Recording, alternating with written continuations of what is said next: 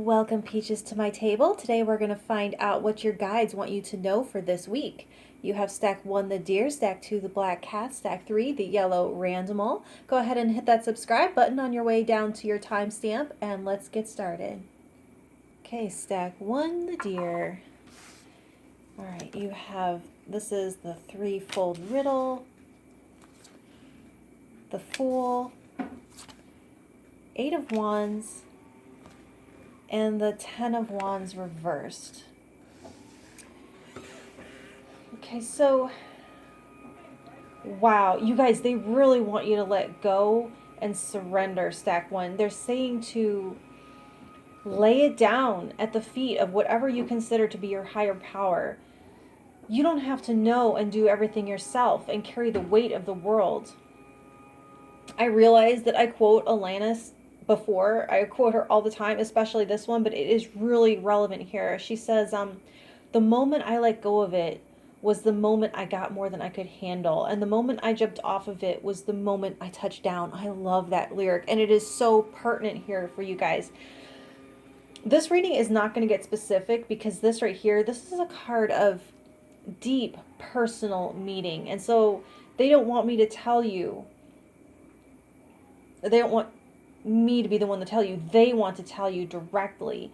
And so I'm just going to kind of give you a crash course in tarot, a little tarot tutorial, and then you will know what they're saying to you personally. So here with the Fool, they're asking you to have trust and faith and to move forward into the unknown. And paired with this threefold riddle, they're saying that they've shown you all that they can. And if they told you and they showed you everything, you would not learn to trust. And so this is a card of accelerated motion. It's a quickening. It's like putting liquid Schwartz into your gas tank. And they're telling you, you deserve to be happy. Don't take too long finding happiness in something, some way. They're saying go now. But by the time they sit you down and explain it all to you, the opportunity is going to be past. This card says to put down your burdens, to surrender control, or at least admit that how much that you're carrying is a choice made to satisfy a need to do everything yourself, i.e. control.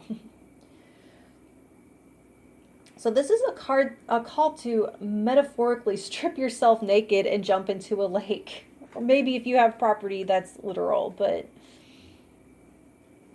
they say more information will weigh you down and slow you down while you chew on it. More information negates this expansion into faith. Everything that you know has made it to your ears one way or another by this point. And as much as I would like you to click on another one of my videos and help me gain all that watch time, they're saying to stop and put down YouTube, put down the articles and the books, and to trust fall into happiness. So that's what I have for you, Stack 1. And if it helped in any way, let me know by hitting that like button, and I'll talk to you next week. Thank you. All right, Stack 2, the black cat. You have castles in the sky. The Magician reversed. 3 of Swords, King of Wands. All right, so this King of Wands in the castle in the sky, they're saying if you can dream it, you can do it. They show some obstacles here, but you already knew that or you wouldn't be here. So honestly, these feel a little like mental protesters, like on the side of the road towards your goal. And their aim is to distract you and punch holes in your belief that achievement is possible. And each setback seems to have eroded your sense of wonder, like one chip at a time. Man, they want your eyes on the prize. They want you to look up and look ahead. It's as though each sting to the ego shrinks the scope of your dream, lowers the bar. And they're saying, no, don't allow that. Don't shrink yourself. Don't reduce. You're trying to bring the goalposts closer to you each time because you are reducing your belief that you can make it. Your strength of will is being highlighted here, not only with this King of Wands, but in the yellow of this card. This is talking about your solar plexus chakra. That's your will to create the life that you want. It's the seed of your determination, your motivation, confidence, powers of transmutation to turn shitty circumstances into your favor, into good things, into learning experiences. And so I'm hearing them tell you this is out of balance and causing you pain in some way. Whether it's overactive or underreactive, it's going to vary, but you're trying to control that pain. Like you would put, like if a seatbelt's digging in, you would put your hand in there to, or like, to hold your, like your side if you have a cramp, or avoiding exercise because a body part hurts. You know, the way we kind of like just like constrict around pain and put in effort to keep it reduced. So there's a clenching, an aggressive attempt at containment. Okay, it's like, okay, when it's very cold and you don't want to move, you just want to keep everything tight into the body to stay warm. The irony being that if you would move around and get the blood flowing, you would warm up. And they're saying there's a loop here where you reach for something, you get bumped, you retract, and then each time that spiral is like coiling tighter and tighter, where you might not even be dreaming at all. So some things off the top of my head to balance the solar plexus chakra, because I feel like this is actually not that hard to remedy. Sunlight, walking, sun salutations, and yoga. Certain like confidence boosting affirmations. Cooking with those warmer spices like ginger and cinnamon, saffron, turmeric, and like certain scents kind of on the same spectrum. But they're saying that you are moving in the right direction. You just need to keep your eyes up and eyes on the prize. And you've done nothing wrong. And this sort of thing happens. Like chakra balancing, that's like an ongoing practice, like cleaning and getting your hair cut. So they're saying it's kind of minor and that you can take care of this. Just rebalance this chakra. Keep your eye on the prize. Okay, so that's what I have for you, Stack 2. And if it helped in any way, please let me know by hitting that like button. And I'll talk to you next week. Thank you.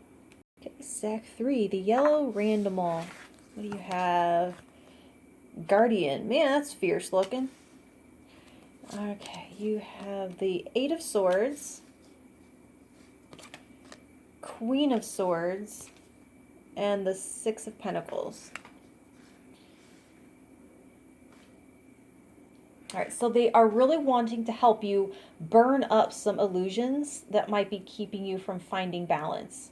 And with Queen of Swords here, your rational mind can be a powerful tool or your worst enemy. So while over-analysis and ego protection have created sort of a mental pen, logic and objectivity can at the same time be the same keys to get you out when used in like that Goldilocks zone type of way. So you are already fiercely protected here, and it's as though it's overkill at this point to tell yourself no to everything that you want to try.